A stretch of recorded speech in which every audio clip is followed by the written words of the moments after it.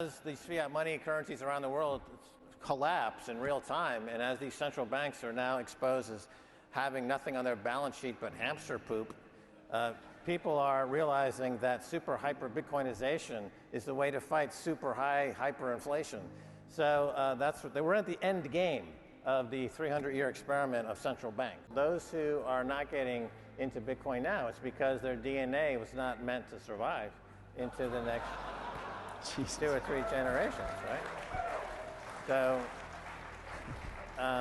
we're building the Ark in El Salvador. We welcome everyone to come to the Ark and save the savior that is El Salvador. And if you prefer to go down with the ship, fuck you.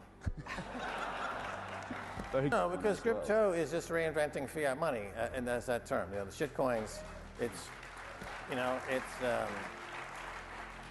And the CBDC is a shitcoin. They're reinventing fiat money.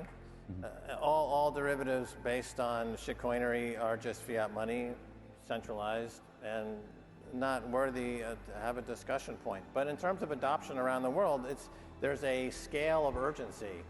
And countries like Lebanon, obviously, with the central bank collapse, there's an urgency for Bitcoin. And the people who had Bitcoin survived. And this is playing out globally. Here in the United States, there's less urgency because we are the empire. We are the world reserve currency for the moment, but that'll be changing very quickly. The number of people joining BRICS is vastly faster than the number of people who want to join NATO.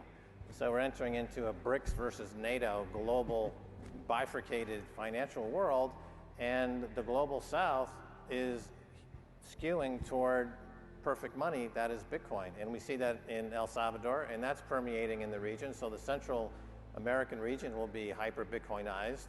And then, of course, Africa is going the way of Bitcoin for the same reason, because they've been left out of the 20th century telecommunications revolution that occurred, but they're going to leapfrog into the 21st century revolution with Bitcoin.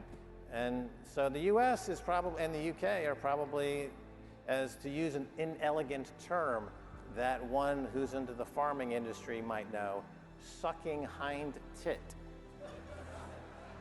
But I think it's also important to note, as I said, like El Salvador has the first mover advantage.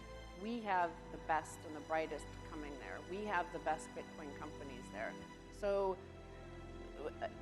something like 80% of all volume every day is that trading pair of Bitcoin and Tether, right?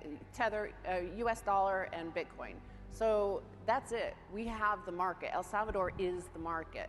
The rest of the world is going to have to fight over. They're going to start to fight over that 20% of the shitcoin. They're going to look for the best shitcoiners in the glue factory, right?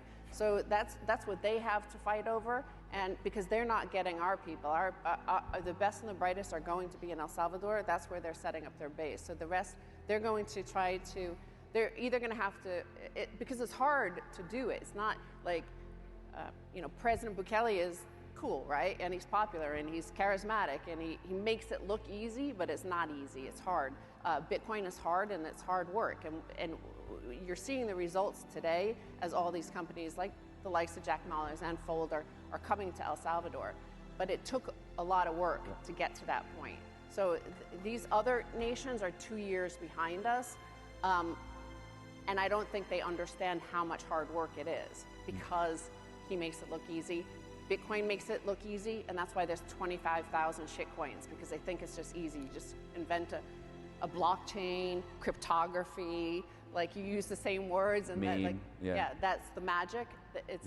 It's hard work. No, it's not just magic. No, the playbook essentially is making Bitcoin legal tender. Then securities laws are introduced that would support Bitcoin as money, and everything else would be considered a security. So here in the United States, this is still a vague and gray area that's battling every day with the SEC and Gary Gensler.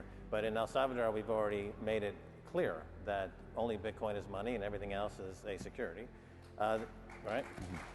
So then there's a new regulatory commission to help enforce those laws. There's the Bitcoin Office, which is a gateway into Bitcoin, as well as the Association of Bitcoin, which allows for Bitcoin companies to make their way into El Salvador. So there's institutionally and structurally, there's now a playbook, and there's now things that you can do to mimic what's happening in El Salvador, and you too can have an economy that's growing strongly.